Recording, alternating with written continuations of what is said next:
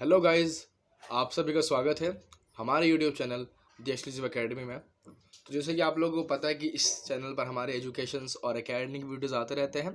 तो आज हम यहाँ पर जो हमारा क्लास 12th का जो ज्योग्राफी का जो चैप्टर है, जिसका नाम होगा यहाँ पर हमारा परिवहन एवं संचार, ये वाला चैप्टर आज हम यहाँ पर डिस्कस करेंगे। और इसमें जितने भी जो क्वेश्चंस हैं, जितने भी तरह के जो क्वेश्चन हैं, आज हम उनको यहाँ पर डिस्कस करेंगे। तो चलते हैं चैप्टर की तरफ कि आज हम इसमें क्या क्या पढ़ने वाले हैं। तो जैसे कि हम दिख रहा होगा आप लोगों को, यहाँ पर हम पढ़ेंगे स्थल परिवहन, जल परिवहन और वायु परिवहन। ये सभी चीज़ें इस चैप्टर के अंदर आती हैं और इस चैप्टर को बहुत ही इंपॉर्टेंट बना देती हैं। चलते हैं इसमें अंदर की तरफ कि इसमें क्या क्या पढ़ेंगे आज हम। तो सबसे पहले आता है कि स्थल परिवहन क्या होता है। जैसे कि आपको टॉपिक में वहाँ दिख रहा था कि स्थल परिवहन क्या है।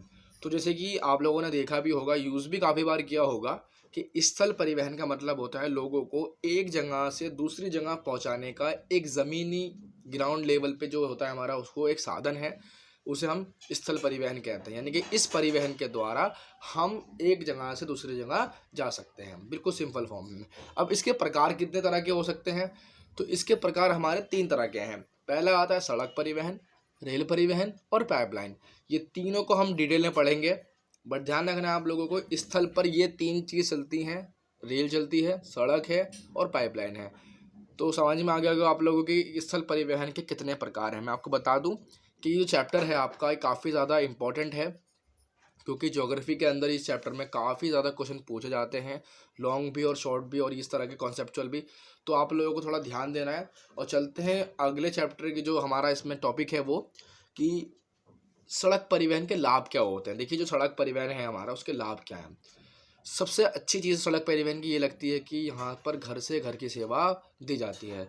सड़क परिवहन के अंदर क्या होता है कि आप लोगों को क्या करते हैं, घर से घर तक की सेवा मिलती है। एक ऑटो वाला है, वो आपको आपकी गली में छोड़ सकता है। मतलब सिंपल सी बात है, आपको किसी एक पर्टिकुलर जगह पर नहीं जाना पड़ेगा। आप जहाँ पर बोलेंगे आपके लिए वो गाड़ी मुड़ जाएगी। यहाँ पर आपकी बाइक भी हो सकती है, आपका रिक्शा, आपकी कार या कोई पब्लिक ट्रांसपोर्ट भी हो सकता है। तो वो आपको घर से घर तक की सेवा देता है, आपको कहीं दूर जाने की ज़रूरत नहीं पड़ती। और सबसे इम्पोर्टेंट चीज़, अगर आपको थोड़ी ही दूर जाना है तो आप सड़क परिवहन का इस्तेमाल कर सकते हैं। इससे बेहतर कोई चीज़ नहीं होगी फिर छोटी दूरी के लिए। और लेकिन इसमें क्या होता है कि और अच्छी चीज़ ये भी है कि सड़कों का जो निर्माण होता है, यहाँ पर किसी प्रकार के दुर्गम स्थानों पर इसका फ़र्क नहीं पड़ता। यानी कि अगर हम देखें, सड़क किसी पहाड़ के ऊपर ही बन सकती है, सड़क किसी भी तरीके से बन सकती है। सड़क को बनाने में ज़्यादा दिक्कतें नहीं आती हैं। इसीलिए सड़क जो है हमारे लिए, सड़क परिवहन काफ़ी इम्पोर्टेंट है। आप लोगों के समझ में आ गया होगा।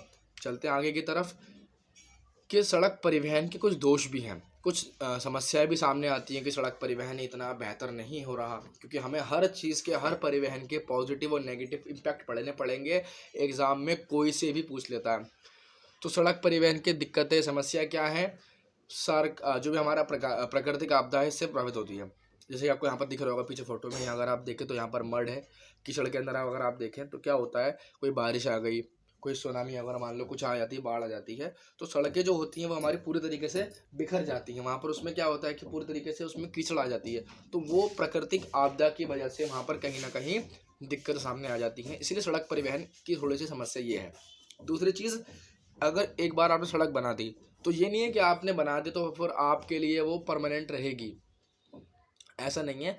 उसमें क्या होगा, आपको टाइम टू टाइम उसमें चेंजेस करने पड़ेंगे, उसको ठीक करना पड़ेगा। इसीलिए कहीं ना कहीं मैं कहूँगा कि सड़क परिवहन की समस्या ये भी है कि वहाँ पर जो रख रखाव है, उसका मेंटेनेंस का खर्चा काफ़ी आता है। और सबसे बड़ी चीज़ कि वहाँ पर ट्रैफिक की समस्या बहुत लगती है। वहाँ पर ट्रैफिक बहुत दिक्कत करता है, लोगों को आसानी से फंस जाते हैं, तो काफ़ी देर तक उसमें फंसे रहते हैं। तो ट्रैफिक की समस्या भी सड़कों के लिए बहुत है। उसके बाद देखते हैं जो हमारा अगला है, वो है कि रेल परिवहन क्या होता है। देखिए, रेल परिवहन आपको पता भी होगा कि रेल परिवहन की कुछ अच्छी चीज़ें क्या हैं और बुरी चीज़ें, हम इसमें सब पढ़ेंगे। तो बेसिकली अगर हम देखें तो इसमें रेल परिवहन के गुण क्या होंगे, कि रेल परिवहन सबसे अच्छी चीज़ क्या है, रेल परिवहन लंबी दूरी में सहायक होता है। अगर आपको एक स्टेट से दूसरे स्टेट जाना हो बाय रोड या बाय, आपको सिर्फ लैंड के द्वारा आपको रेल परिवहन का इस्तेमाल कर सकते हैं, बहुत ही बेहतर होगा। अच्छी चीज़ ये भी है कि ये बहुत सस्ता भी है। देखिए, इसमें बहुत बड़ी चीज़ है कि लोग जाते हैं दूर दूर, उनको भाई बहुत महंगा पड़ता है, एयरप्लेन से जाएंगे तो, लेकिन बहुत सस्ता साधन है, आपको अच्छे खासे टिकट मिल जाएगा। इसीलिए ये अच्छा परिवहन लगता है। दूसरी चीज़ इसमें ये भी आती है कि एक बारी में काफ़ी ज़्यादा कई हज़ारों पैसेंजर एक बारी में सफ़र कर सकते हैं, तो ये भी इसका एक एडवांटेज है। और मैं बताऊँगा इसमें पहले के वक़्त में पॉल्यूशन होता था इससे, लेकिन आज के वक़्त में हम पॉल्यूशन नहीं होता, क्योंकि आज के समय में ये अधिकतर ट्रेन्स इलेक्ट्रिसिटी पे चलती हैं, तो इनमें पॉल्यूशन नहीं होता, इसलिए इसका ये भी एक अच्छा पॉइंट है। तो समझ में आ गया कि आप लोगों की भी रेल के क्या-क्या गुण होते हैं, रेल परिवहन के। अभी आप लोगों ने सिर्फ देखा होगा, आपने सपोज़ नहीं करा, बट आप उसको जोड़कर देखिए क्या-क्या हो सकता है, तो आपको समझ में सिंपली आ जाएँगे। फिर हमारा आता है अगला, रेल परिवहन की समस्या क्या-क्या होती हैं। देखिए, जो रेल परिवहन है हमारा, इसकी समस्या क्या होती हैं? सबसे बड़ी समस्या रेल परिवहन की ये लगती है कि अगर आपने इसको एक बार बना दिया, तो फिर उसके बाद इसमें क्या होता है कि उसको बार-बार ठीक मेंटेनेंस करनी पड़ती है। कई बार जो आस-पास के लोग होते हैं, वही जो पटरी कहीं टूट गई तो उसको उठाकर ले जाते हैं। कोई रेल चल रही थी, टूट गई, एक्सीडेंट हो गया, तो उसके जो बचे हुए सामान है, वो लोग आस-पास के लोग उठाकर ले जाएँगे। मतलब उसको आपको बार-बार ये ध्यान देना पड़ेगा कि जो हमारे आस-पास के लोग हैं, स्थानीय लोग हैं, वो उसका कहीं दुरुपयोग तो नहीं कर रहे हैं, उसके मेंटेनेंस तो ख़राब नहीं कर रहे हैं। तो आपको उसके अंदर बहुत खर्चा करना पड़ेगा, और मेंटेनेंस से पहले जहाँ तक आप उसको लगाएँगे, जहाँ-जहाँ आप ट्रैक बिछाएँगे, तो ट्रैक कोई प्लास्टिक की या कोई गत्ते की तो है नहीं जो आपको सस्ते पड़ जाएगी। ये प्योर एकदम बहुत हार्ड लोहा होता है। मतलब कहने का मतलब मेरा ये है कि इसको लगाने में बहुत खर्चा आता है। इसको पूरा काफ़ी हज़ारों किलोमीटर तक ये बिछ जाती है, उसमें बहुत काफ़ी खर्चा आता है। उसके बाद इसमें एक चीज़ ये भी है कि अगर मान लो जो ट्रेन है वो कभी भी पूरी तरीके से सेटल नहीं होती, उसमें टाइमिंग जो हमेशा आगे घटती बढ़ती रहती है। अभी आपकी ट्रेन चल रही थी, कभी लेट हो जाती है, उसकी कोई हमारा जो रेल डिपार्टमेंट है वो उसकी कोई गारंटी नहीं लेता कि अगर आपकी ट्रेन लेट है, उसके लिए कोई प्रावधान नहीं है, आपको वेट करना पड़ रहा है, उन्हें कोई मतलब नहीं है। तो कहने का मतलब ये कि कोई समय का महत्व नहीं है, ट्रेन अपने हिसाब से अपने टाइम पर आती है, उसको मतलब नहीं कि लोगों का टाइम ख़राब हो रहा है, कुछ भी हो रहा है, कोई टेंशन नहीं है, वो अपने काम से अपने टाइम पे आएगी। टाइम पे नहीं, बहुत बार तो टाइम के लेट भी आती है, सबको पता भी होगा कि ट्रेनें कितनी लेट हो जाती हैं। ख़ास करके जब हमारी बारिश या कोई अन्य समस्या हो जाती है, तो ट्रेन अपने आप लेट हो जाती है, कभी-कभी कोहरा हो जाता है ज़्यादा।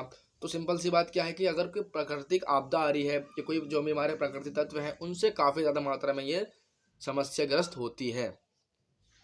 आप लोगों को समझ में आ गया होगा, ये क्वेश्चन काफ़ी इंपॉर्टेंट है। आप लोगों को लग रहा होगा कि एकदम बेसिक क्वेश्चन है, ये कैसे मैं बता रहा हूँ आप लोगों को, ये पेपर में आते हैं, कई बार एग्जाम में पूछे जाते हैं। ये चैप्टर के ही हैं आपके, मैं आपको बता रहा हूँ यहाँ पर, इनको बिल्कुल लाइटली नहीं लेना, इनको याद करना, आप लोगों को ध्यान से पढ़ना है। बहुत ही बेहतरीन चैप्टर है वाला। चलते हैं आगे चैप्टर की, इसमें जो कुछ बातें हैं कि पाइपलाइन परिवहन के लाभ। अब देखिए अगला आगे तीसरा जो पाइपलाइन, मैंने आपको बताया था कि 3 तो स्थल में ही होते हैं, पहला था सड़क, दूसरा रेलवे और तीसरा पाइपलाइन। तो पाइपलाइन के लाभ क्या होते हैं? द्रव हो गया, गैसीय हो गया, ये सब जितने भी दोनों तरह के जो पदार्थ होते हैं, इनको बहुत तेज़ी से पहुंचाने का जो साधन है वो हमारा पाइपलाइन परिवहन के द्वारा होता है। अगर आपको लिक्विड है, आपको गैस है, ये हमारी बहुत तेज़ी से किसमें पहुंचेगी? एकदम सुरक्षित रूप से, तो वो पाइपलाइन के वजह से ही पहुंचेगी। उसके बाद अगला आता है हमारा ईंधन की बचत। इसमें क्या होता है कि जो हमारा ईंधन है, ईंधन हमारा काफ़ी ज़्यादा बच जाता है। तो इसमें किसी प्रकार का कोई हमें ईंधन नहीं चाहिए, बस एक बार एक से डालना है, वो अपने दूसरे तरफ पहुंच जाता है। तीसरी चीज़ हमारी ये है कि सब प्राकृतिक तत्व जो होते हैं, इससे प्रभावित नहीं होता। ऊपर कहीं बारिश हो रही है, कुछ ऊपर बाढ़ आ रही है, नीचे पाइपलाइन सुरक्षित है, उसको वहाँ पर कोई इफेक्ट नहीं पड़ता। तो ये इसका एक बहुत बड़ी एडवांटेज होता है। इसी तरीके से इसके भी कुछ गुण हैं, तो ये मैंने बता दिया आप लोगों को। अब इसके कुछ नेगेटिव पॉइंट भी हैं, दो दोष है, वो क्या है वो हम देखते हैं। सबसे पहला, अगर जब हम इसको स्थापित कहीं करते हैं, जब हम इसको कहीं स्टेबल करते हैं, तो इसमें काफ़ी खर्चा आता है, क्योंकि बिल्कुल ट्रैक की तरह ही है। इसको हमें पूरे तरीके से पूरे के पूरे एरिया में जॉइंट वाइज इसको हमें बैठाना लगाना पड़ेगा, इसीलिए इसमें काफ़ी खर्चा आता है। दूसरी चीज़, अगर ये कहीं पर एक जगह से लीकेज होना शुरू हो जाए, कहीं पर उसको हिंदी में बोलते हैं रिसाव, अगर वो कहीं से भी लीकेज हो गया तो पता चलता नहीं कि भाई लीकेज कहाँ से हुआ है। फिर हमें काफ़ी मात्रा में उसे खोदना पड़ता है, देखना पड़ता है, चेक करना पड़ता है कि आखिर रिसाव कहाँ से हुआ है। इसीलिए लीकेज पता नहीं लग पाता, दिक्कत हो जाती है इसको वापस इसको ठीक करने में। अगर एक बार हमने कोई चीज़ भेज दी, उसका रिटर्न नहीं होता फिर, यानी कि अगर हमने कोई भेज दिया तो उसको रिटर्न नहीं है, जाना ही जाना पड़ेगा उसको फिर वो, ठीक है। तो ये इसका कुछ दोष होते हैं, ये इसलिए पाइपलाइन के थोड़ा सा कुछ दिक्कतें हैं। बाकी देखते हैं जो हमारा अगला है कि जो हमारा जल परिवहन क्या है। तो पहला स्थल परिवहन कंप्लीट हो गया। इस स्थल में 3 चीज़ें थी हमारी, हमारा था सड़क था, रेलवे था और हमारा पाइपलाइन था। तो मैंने आपको तीनों का उसके पॉजिटिव और नेगेटिव तीनों चीज़ें बता दी हैं। अब हमारा आता है जल परिवहन। ये अगला परिवहन है कि जल परिवहन क्या होता है। जल परिवहन लोगों को अधिक संख्या में एक जगह से दूसरी जगह पहुंचाने का माध्यम है। बहुत सिंपल भाषा में बता दिया मैंने आप लोगों की भाई अगर एक जगह दूसरी जगह जाना है आपको जल के माध्यम से, तो वो आप यहाँ पर जल परिवहन का इस्तेमाल कर सकते हैं। जल परिवहन में बेसिकली शिप्स आ गए, हमारे बड़े बड़े बोट्स आ गए, ये सब काम करते हैं। ठीक है, आप तो पनडुब्बियाँ भी होती हैं, सबमरीन होती हैं, सभी चीज़ें हमारे जल परिवहन के अंदर आती हैं। अब इसके कुछ फ़ायदे क्या हैं? सबसे सस्ता साधन अगर आप देखेंगे तो ये मिल जाएगा आपको। ये बहुत लंबी लंबी दूरियों को ख़त्म करने के लिए बनाए जाते हैं। इसमें थोड़ा सा टाइम लगता है बट ये काफ़ी बढ़िया होते हैं। इसमें लंबी दूरी को हम आसानी से इस्तेमाल कर सकते हैं। इसमें हमारा भारी से भारी सामान आ सकता है। जितने भी लिक्विड के जितनी भी चीज़ें होती हैं हमारी, लाइक पेट्रोल, डीजल, ये सब हम पानी के जहाज़ों के द्वारा ही मंगवाते हैं। और इसमें अच्छी बात ये भी कि अगर इसमें हमें किसी पैसेंजर के लिए लेके जाना है तो भाई आपको पता है कि पैसेंजरों को सबसे ज़्यादा मात्रा में ये भी लेके जाता है। ठीक है, बाकी सबको पता ही टाइटैनिक के बारे में। तो उसके बाद हमारा आता है कि परिवहन के दोष क्या है। इस वाले जल परिवहन की दिक्कतें क्या होती हैं कि इसमें भाई ये आज भी टॉप जो हमारा प्रदूषण है, पोल्यूशन के लिए काफ़ी रिस्पॉन्सिबल है। इसमें पॉल्यूशन होता है और इसमें काफ़ी टाइम लग जाता है, इसलिए समय का नुकसान मैं कहूँगा कि भाई काफ़ी टाइम लगता है इसको पहुँचने के लिए, इसलिए समय का नुकसान भी है। और इसमें काफ़ी मात्रा में हमारा ईंधन भी चाहिए होता है। तो कहीं ना कहीं जल परिवहन के दोष भी आपके सामने हैं। उसके बाद लास्ट बचता है हमारा आज का कि भाई वायु परिवहन क्या है, इसके बारे में समझते हैं। इसके गुण और अवगुण दोनों पढ़ेंगे कि यात्रियों को बिना किसी स्थल या जल के हम वायुयान द्वारा एक जगह से दूसरी जगह पहुंचाते हैं। दैट इज़ कॉल्ड वायु परिवहन। सिंपल भाषा में इसको हम एरोप्लेन वगैरह से पहुंचाते हैं। उसके बाद हमारा आता है इसके क्या लाभ होते हैं, इसके क्या फ़ायदे हैं। सबसे पहला, इसको सबसे ज़्यादा तेज़ साधन माना जाता है। ठीक है, और अगर हम देखें तो ये मेडिकल वाली वस्तुओं को, मेडिसिन को बहुत ज़्यादा मात्रा में एक जगह दूसरी जगह पहुंचा सकता है। भारी सामान नहीं, केवल मेडिकल की वस्तु ज़्यादा पहुंचाता है। छोटा मोटा सामान हल्का वो ज़्यादा पहुंचाता है, लेकिन तेज़ पहुंचाता है। इसकी स्पेसिफिक, इसकी कह सकते हैं इसकी विशेषता ये है। दूसरी चीज़, कभी अगर अगर कोई इमरजेंसी आ जाती है, कोई आपातकाल स्थिति आ जाती है, तो वहाँ पर इनका बहुत इंपॉर्टेंस बढ़ जाती है। कोई रेस्क्यू करना होता है, किसी को बचाना होता है, तो वहाँ पर ये एयरप्लेन, हेलीकॉप्टर, चॉपर बहुत काम आते हैं। तो ये हमारे वायु परिवहन के लाभ होते हैं कि जिसको हम बहुत तेज़ी से पहुँचा सकते हैं सामान को। जो हमारे लिए बहुत ज़रूरी सामान है उसको हम जल्दी मंगा सकते हैं। और सबसे बड़ी बात ये होती है इसके अंदर कि जितने भी प्रकार के वायुयान हैं आज, वो हम 24 घंटे में किसी भी देश के दूसरे कोने पर, यानी कि दुनिया के किसी भी एक कोने दूसरे कोने पर हम सिर्फ उसे 24 घंटे के अंदर अंदर पहुंच सकते हैं। तो कहीं ना कहीं वायु परिवहन भी एक बहुत महत्वपूर्ण साधन बनकर आ चुका है। लास्ट देखते हैं इसका कि इसके क्या क्या दोष हो सकते हैं। भाई देखिए, महंगा तो है। सबसे पहली बात कि बहुत महंगा साधन होता है, हर कोई इसमें नहीं जा सकता। सिर्फ और सिर्फ जो लोग कह सकते हैं कि संसाधनपति हैं या थोड़े से अमीर लोग हैं वही जाते हैं। दूसरी चीज़, इसमें ज़्यादा ईंधन खपत होती है, डीजल ज़्यादा लगता है, पेट्रोल ज़्यादा लगता है। और सबसे बड़ा पॉइंट ये कि मान लो अगर आपको कोई मौसम दशाएं ख़राब चल रही हैं, बारिश होने वाली है या कोई मौसम ख़राब हो रहा है, तो आपकी फ़्लाइट डिले होना पक्का है। तो मौसम की दशाओं की वजह से भी काफ़ी प्रभावित होते हैं। इसीलिए कहीं ना कहीं वायु परिवहन की 3-4 समस्याएं थीं।